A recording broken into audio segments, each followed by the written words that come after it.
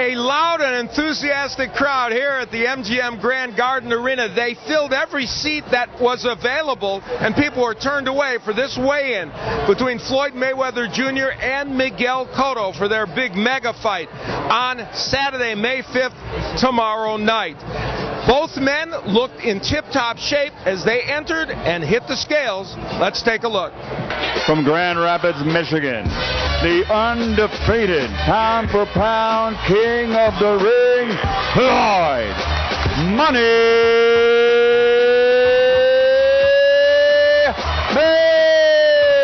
Mayweather. 151 pounds, Money Mayweather. The reigning and defending WBA Super Welterweight Champion of the World, Miguel Cotto.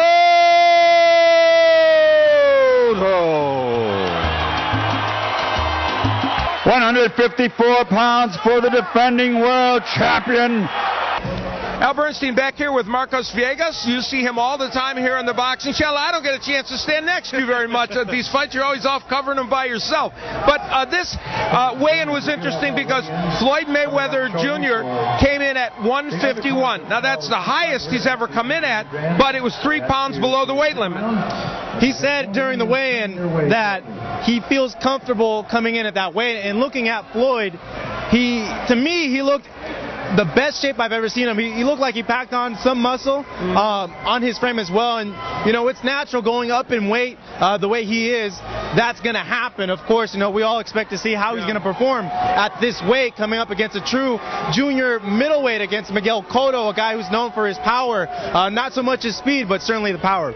Yeah, and, you know, Cotto came in at 154, and when they interviewed them on the ring afterwards, Floyd Mayweather said, I feel fine, he looks dry. Now, that could have been some gamesmanship because Cotto was standing right near them when he said it. I don't know if Cotto has a problem making 154. He made it, you know, relatively well, and he's been fighting at 154. So presumably this weight thing for Cotto is at least, if not an advantage, at least it'll make him comfortable.